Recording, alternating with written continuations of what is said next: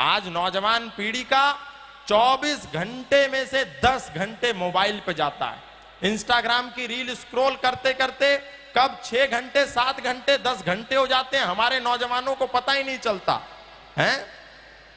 ये जो हमारी आशिकी का भूत है, इसको थोड़ा सा हमको उतारना होगा नौजवान साथियों।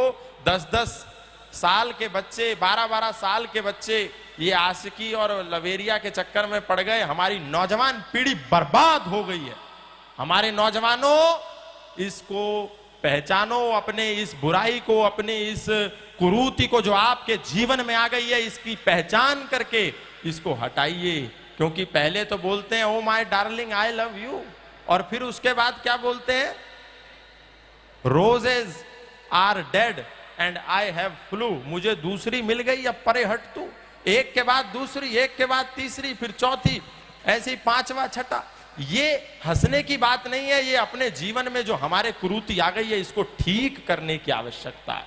चिट्ठियां प्रेम की पढ़ते यदि हमारे क्रांतिकारी, तो कोई अपने जिगर में देश को बोता नहीं। राणा शिवाजी खेलते यदि रूप रंगों के खिलौने, तो कहीं इस देश का अस्तित्व ही होता नहीं, तो कहीं इस देश का अस्तित्व ही होता नहीं। महाराणा प्रताप ने इस देश के लिए अपने प्राणों की आहुति दी। छत्रपति शिवाजी ने अपने प्राणों का न्योछावर कर दिया इस देश को खड़ा करने के लिए। वीर भगत सिंह ने आजादी को ही अपनी दुल्हन बनाया। खुदीराम बोस ने फांसी का फंदा 16-17 साल की आयु में चूम लिया, और राम प्रसाद बिस्मिल ने, चंद्रशेखर आजाद ने अपने जीते जी अपने कनपटी पर बंदूक रख के खुद को गोली मार दी, ताकि विधर्मी उनको छू ना पाए। लेकिन आज हम नौजवान किसको फॉलो कर रहे हैं? हमारा हीरो आज सलमान खान है, हमारा हीरो आज शाहरुख खान है, आज हमारा हीरो आमिर खान है, और हम उन्हीं के गीत गा रहे हैं। आज हमारा नौजवान कथा में नहीं आना चाहता, नौजवान भगत सिंह की आत्मकथा को नहीं पढ़ना चाहता, नौजवान नहीं जानता कि महाराणा प्रताप कौन थे, नौजवान नहीं जानता कि छत्रपति शिवाजी कौन थे, आज के नौजवान को नहीं पता कि भगत सिंह की मां का नाम क्या है। लेकिन आज के नौजवान को पता है कि मलाइका अरोड़ा का किसके साथ चक्कर चल रहा है और किसके साथ डिवोर्स हुआ है।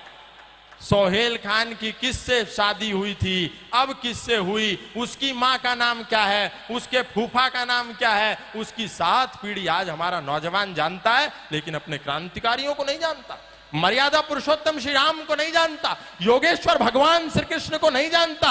अभी मीनाक्षी जी बता रही थी, हम लोग गीत गाते हैं और ये बॉलीवुड के गीत को खुद भी गुनगुनाते हैं। अरे हवन कुंड मस्तों का झुंड, सुनसान रात रख दिल पर हाथ, ये आधी रात हम क्या करेंगे, बोलो हवन करेंगे, हवन करेंगे, हवन करेंगे। मतलब सनातन धर्म का जो सबसे श्रेष्ठ कर्म है, यज्जो वही श्रेष्ठतम कर्मः, इंसानियत का जो सबसे बड़ा कर्म है, मानवता का जो सबसे बड़ा कर्म है, मनुष्यता का जो सबसे बड़ा कर्म है, यज्ञ करना और यज्ञ कराना, उसको हमने कैसे बर्बाद करके रख दिया और किसी ने भी उसका प्रतिकार नहीं किया। लेकिन राजस्थान की धरती इस बात के लिए आभार की पात्र है कि जब रानी पद्मिनी के चरित्र को दुष्चरित्र करके दिखाया गया, तो इसी राजस्थान ने उस मूवी को बनाने वाले संजय लीला भंसाली को भरे चौक में अच्छे से पीट करके उसका बदला लिया।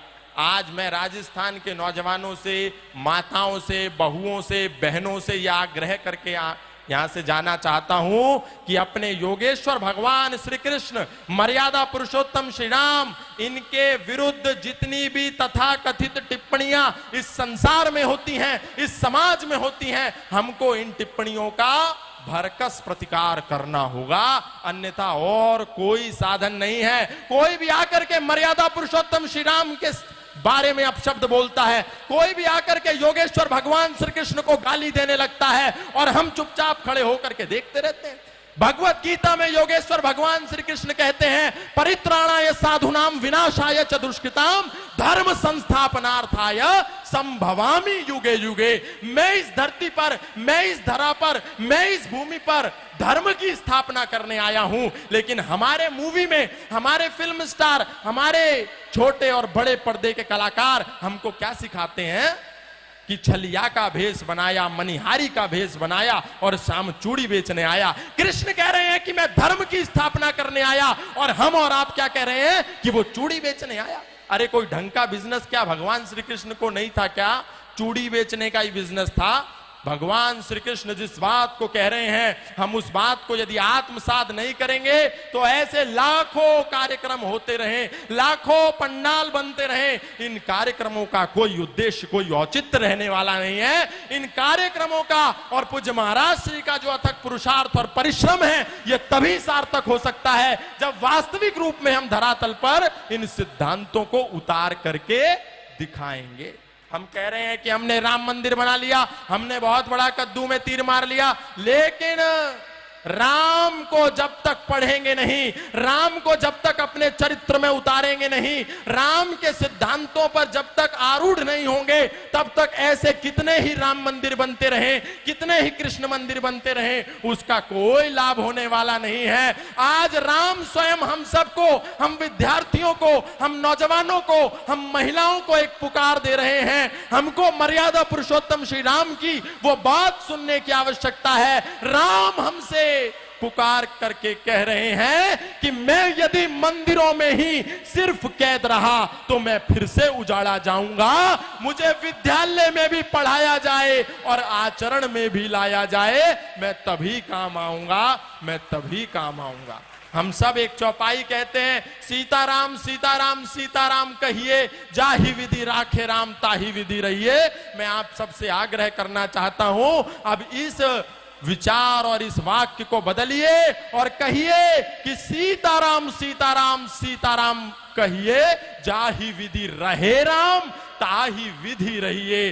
राम के जीवन में जिस प्रकार किसी भी प्रकार का दुर्व्यसन नहीं था, मर्यादा पुरुषोत्तम श्री राम का जीवन जिस प्रकार से निष्कलंक था, निष्पाप था, सात्विक था, सदो गुण से परिपूर्ण था, ऐसा ही हम सब नौजवानों का जीवन होना चाहिए। लेकिन ये नहीं हो पाता, क्योंकि धर्म को लेकर के, अध्यात्म को लेकर के, संस्कृति को लेकर के, सभ्यता को लेकर के, परंपराओं को लेकर के हमारे समाज में सबसे ज्यादा कुप्रचार किया जाता है। और वो तब होता है जब हम सच्चे संतों को छोड़ करके गड़बड़िया संतों के पास जाकर के बैठते हैं, और वो हम सबको भगवत गीता के नाम पे एक झूठा सार पढ़ा देते हैं। और जब ये नौजवान इस झूठे सार को पढ़ लेते हैं तो कभी भी सच्चे गीता को पढ़ना नहीं चाहते। वो सार आप सबने सुना होगा, भगवत गीता का सार क्या है?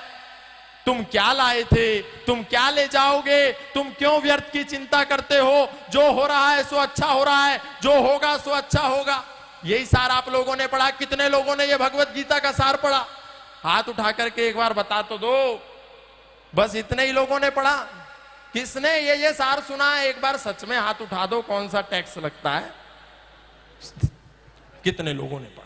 और जब ये सब लोग इस झूठे सार को पढ़ते हैं तो कभी भी अपने बच्चों को, अपने नौजवानों को, अपने बेटों को भगवत गीता नहीं देते, क्योंकि उनको ऐसा लगता है कि भगवत गीता यदि मेरा बेटा पढ़ लेगा, भगवत गीता यदि मेरा पोता पढ़ लेगा, भगवत गीता यदि मेरा पुत्र पढ़ लेगा तो ये तो साधु बन जाएगा, सन्यासी बन जाएगा, ये तो विरक्त हो जाएगा, ये तो बाबा बन जाएगा। लेकिन हम कभी भी भगवत गीता उठा करके नहीं देखते, उसको पहले अध्याय को कभी खोल करके पढ़ना नहीं चाहते। अरे जब योगेश्वर भगवान श्री कृष्ण अर्जुन का सारथी बनकर के कुरुक्षेत्र की रणभूमि में पहुंचे तो अर्जुन ने कहा कि हे योगेश्वर, मेरे हाथ से ये धनुष और बाण छूट रहा है, मैं इस युद्ध को नहीं लड़ना चाहता। तो क्या भगवान श्री कृष्ण ने कहा, हाँ अर्जुन, तू ठीक कहता है, तू क्यों व्यर्थ की चिंता करता है, तू तो खाली हाथ आया था, तू तो खाली हाथ जाएगा, जो तू सोचता है वो अच्छा सोचता है, जो होगा वो अच्छा होगा, तू मर जा, तू मार खा ले और इस युद्ध भूमि को छोड़ करके चला जा।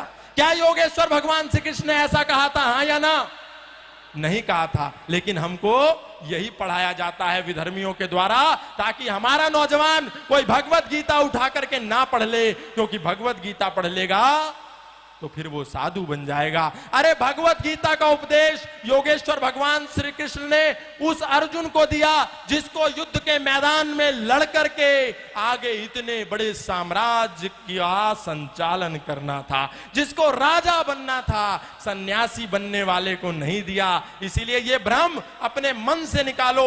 दुनिया का सबसे बड़ा मोटिवेशनल स्पीकर यदि कोई हुआ, दुनिया का सबसे बड़ा साइकेट्रिस्ट कोई हुआ, दुनिया का सबसे बड़ा यदि साइकोलॉजिकल काउंसलर कोई हुआ, तो योगेश्वर भगवान श्री कृष्ण हुए। हमको किसी को सुनने की आवश्यकता नहीं है। सबसे बढ़िया काउंसलिंग, सबसे बेहतर काउंसलिंग यदि कोई कर सकता है तो भगवत गीता कर सकती है।